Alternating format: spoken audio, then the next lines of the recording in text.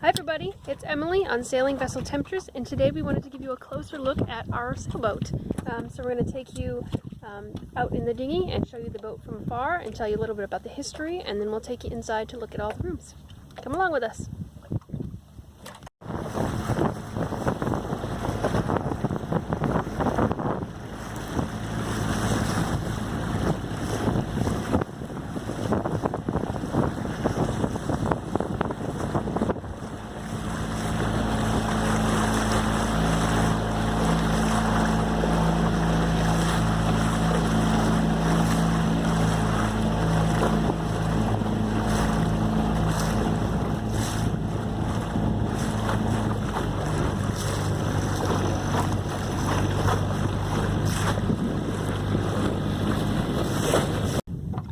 Clark here, and this is Temptress. This is the sailboat that we live on and we travel the world on. She's a 1967 Creekmore 45.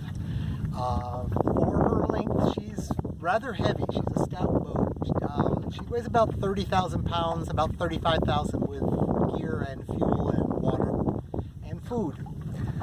We can go months at a time without touching land. We make our own water and we make our own power from solar and wind. I've had her for 28 years now, and I've traveled about 20,000 ocean miles on her.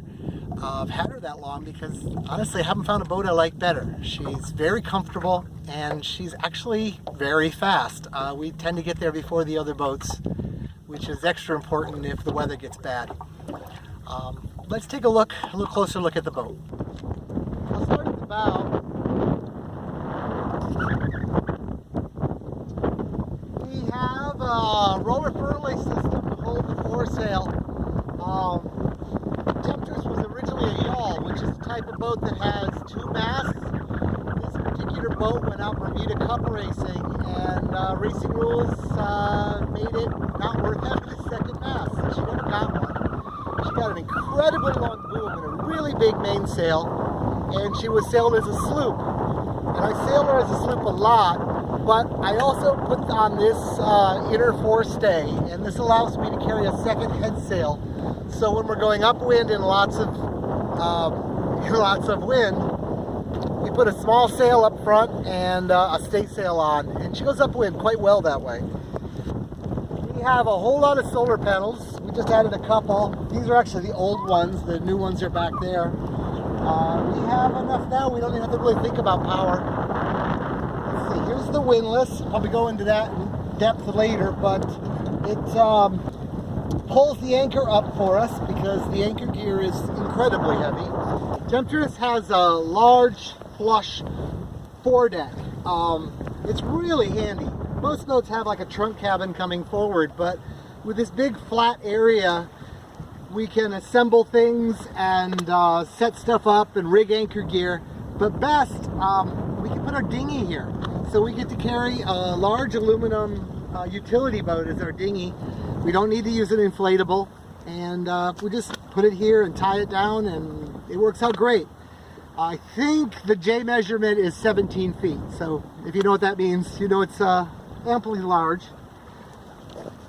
Coming back a bit, we have our propane locker, which is right here. Holds a couple of bottles of propane.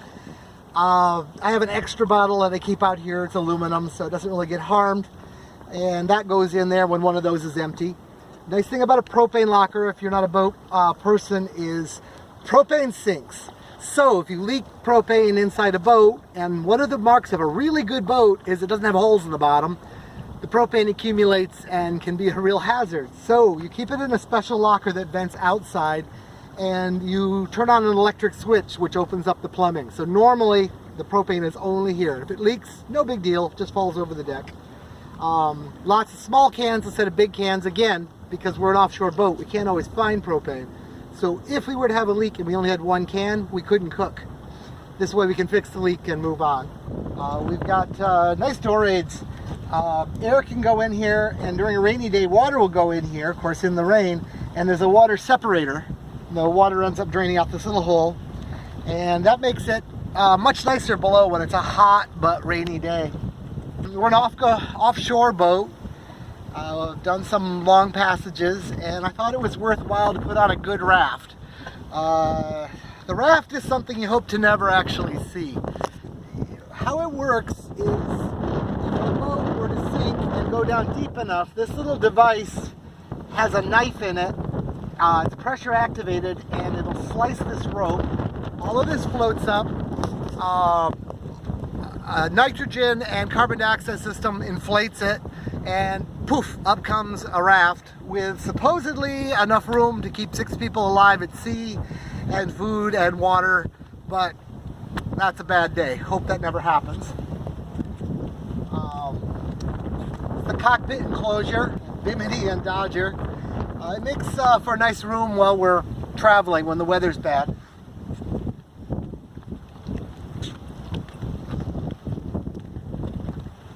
Got lots of stuff back here, more solar panels. You probably noticed the decks aren't the greatest. It's fiberglass structure underneath, and it's totally waterproof. The wood, the teak, is glued down, and it's just getting old. So I machined a whole bunch more teak. There's more in a lazarette. And when we get to the Bahamas, we will be putting these new boards into the deck. I've done a bunch already. It looks better than it did, but it'll work quite well. Again, more solar panels. This is a rather interesting barbecue. I hope I can find it online and put a link to it. Marine barbecues are like $300, and they're really terrible. This is a really great barbecue. It has a catalytic burner.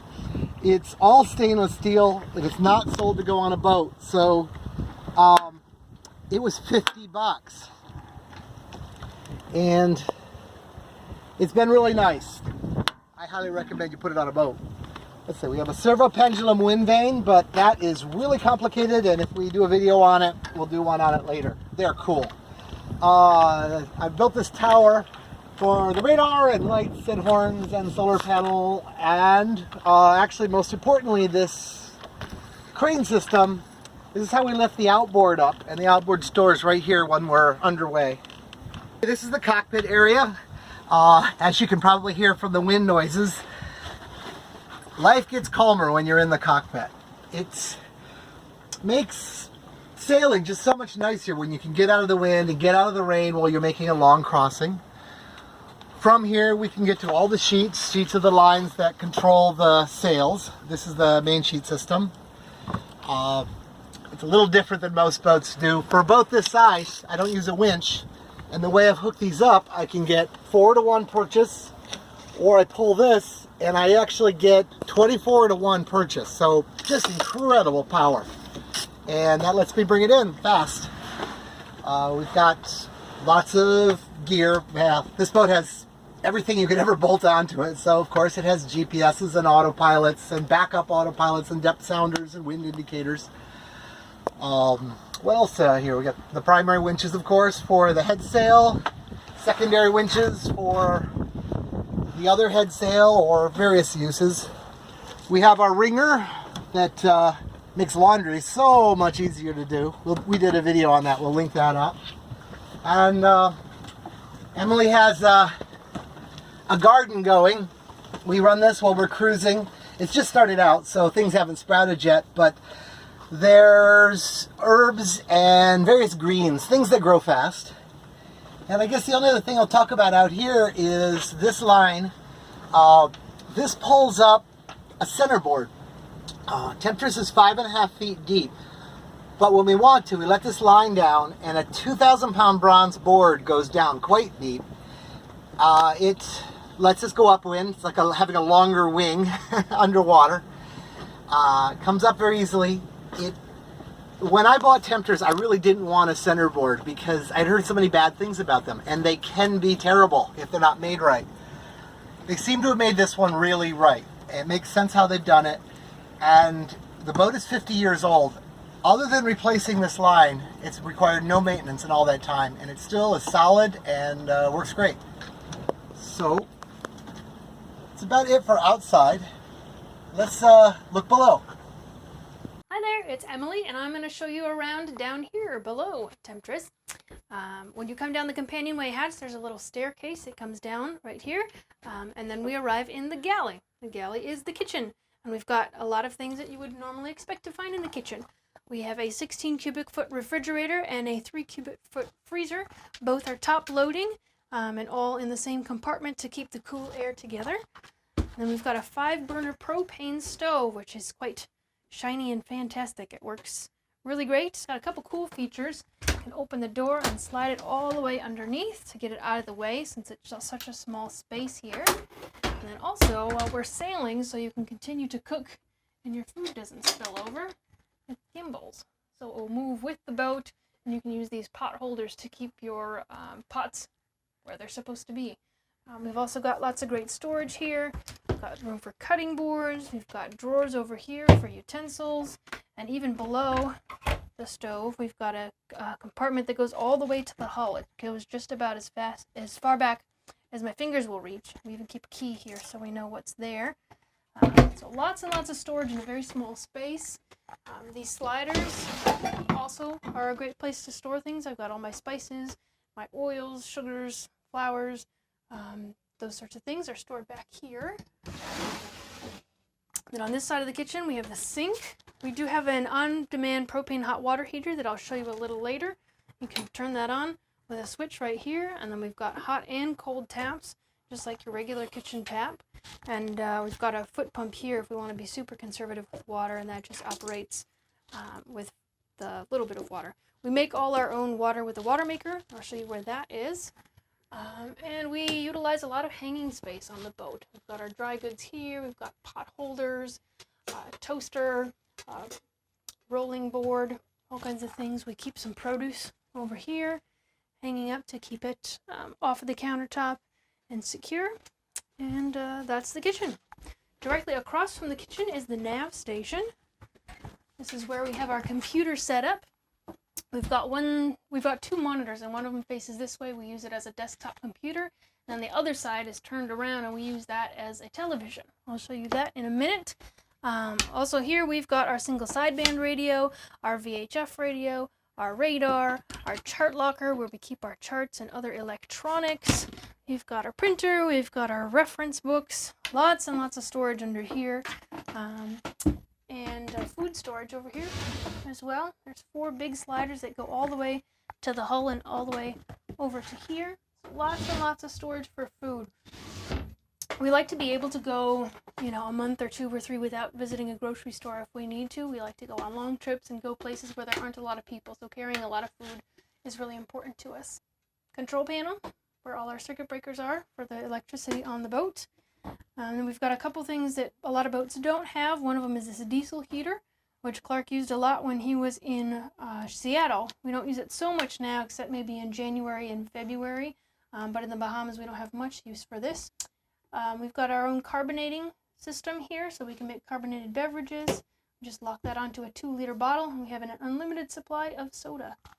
And we've got, thank you, Shorty, for our cool little stained glass window. One of my tiny house friends gave us that. So that is the nav station. I think I've got everything. As we move down to the saloon, the galley and the nav station are elevated compared to the rest of the boat, and that is because we are standing right on top of the engine. Our engine is right here below this compartment. We've got 1,500 amp hours of battery on the boat, which we run everything 100% on wind and sun. We've got 4 banks of batteries, and 3 of those are in 2 rows right here on either side of the engine. And then outboard, we've got 2 70-gallon fresh water tanks, so we can carry 140 gallons of fresh water. And our water maker is also set up under here, so that routes our fresh water to our tanks. Right here is sort of command central. We've got this great control panel that Clark put together where we operate our solar panels and our wind generator. Got our bilge pumps. We can monitor our levels of water and fuel here. A fuel transfer pump, starter. We can monitor how our batteries are charging. Looks like we're doing okay. We're at 100%. Hooray! We're rich. And then we can also control our batteries, which ones are charging at any given time. So that's our control panel. And then when we step down here, we arrive in the saloon. This is where we eat most of our meals and entertain our guests. We can seat 4 to 6 people around this table. There's an additional leaf that goes in here so we can make the entire area a big dining booth if we want to. More storage for food. There's a pantry on either side. Got a combination of food and light bulbs and batteries and other supplies stored there. Got a bookshelf, some more storage up here, and then below that bookshelf and behind the booth, each one of these cushions comes out and there's a door that folds down and there's more storage for medical equipment and supplies. Things to repair the boat.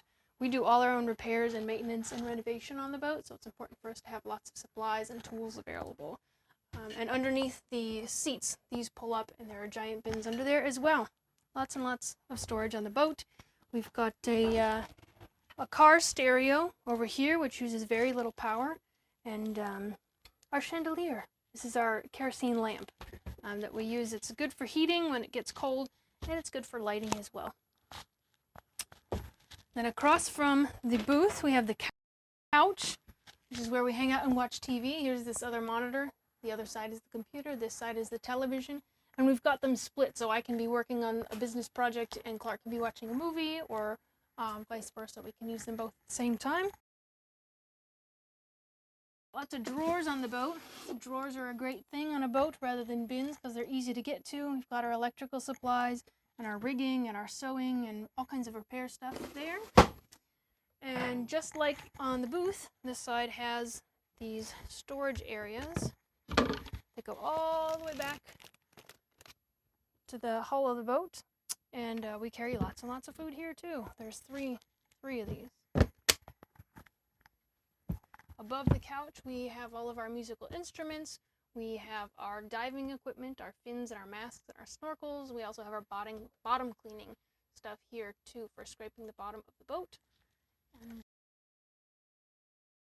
on to everybody's favorite room in the boat, which is the head, or what you may call the bathroom.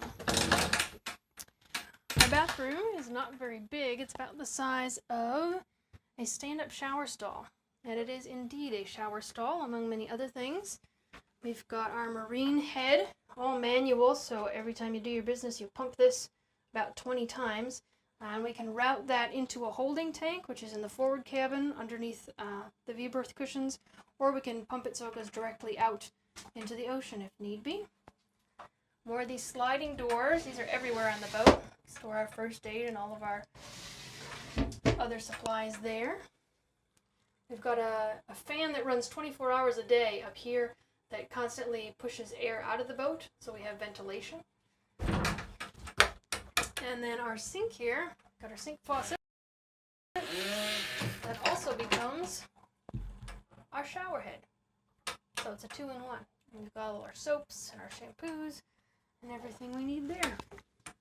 So that's the head. And directly across from the head, we've got our wet locker. This is where we keep all our foul weather gear. We've also got toilet paper, our sewing machine, our cleaning supplies. A lot of bulk items go in here. Forward of that, we've got a little linen closet where we keep our towels and our guest linens. We've got some backup food supplies. Again, lots of drawers, which are great for sunscreen and things like that. And then we've arrived in the forward cabin. This is our V-berth. We've got 2 mattresses here. This is our guest cabin where we have people sleep when they come to stay with us. We've got the biggest hatch in the boat is right here. It's about the same size as the one that's in the aft cabin, which I'll show you later. It's got full glass and it's transparent so you can see the stars at night.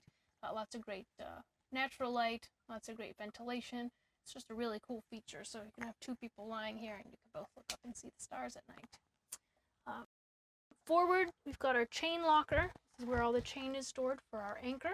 And then on either side, we've got more of these sliding doors, which have more food, because we like to have lots of food on our boat. So that's the forward cabin. Now I'm going to take you to the back and show you where we sleep. So here we are back in the galley and the nav station. I'm going to take you aft and show you the bedroom and the other head. So bedrooms.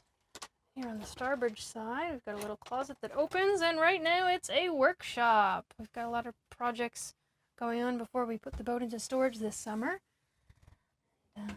Here's this tiny little workshop we have. This is our on-demand propane hot water heater that hooks up to the shower and the sink. This used to be a sauna room when it was in Seattle, so we've still got this propane heater here and all our tools. Eventually, this is going to be our second head. We've got a composting head here that came out of my tiny house, oddly enough, and that's so we don't have to pump out our holding tank when we're in highly populated areas. So eventually that'll be the other head. Right now it's kind of a workshop.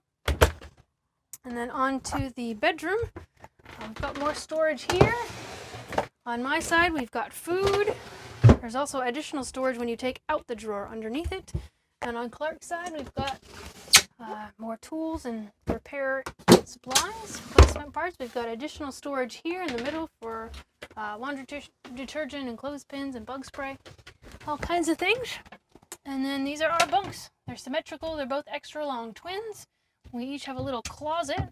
Mine happens to be a folding area closet, so I've got all my clothes in here sorted.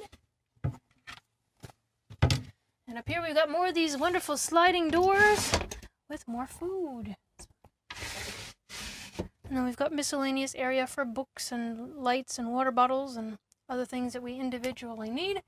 And because we have no air conditioning on the boat, we've got these really great Creekmore fans that are on constantly when we're sleeping to keep us cool when we're down here in the Bahamas and in other hot areas. And Clark's bed over there is just a mirror image of mine.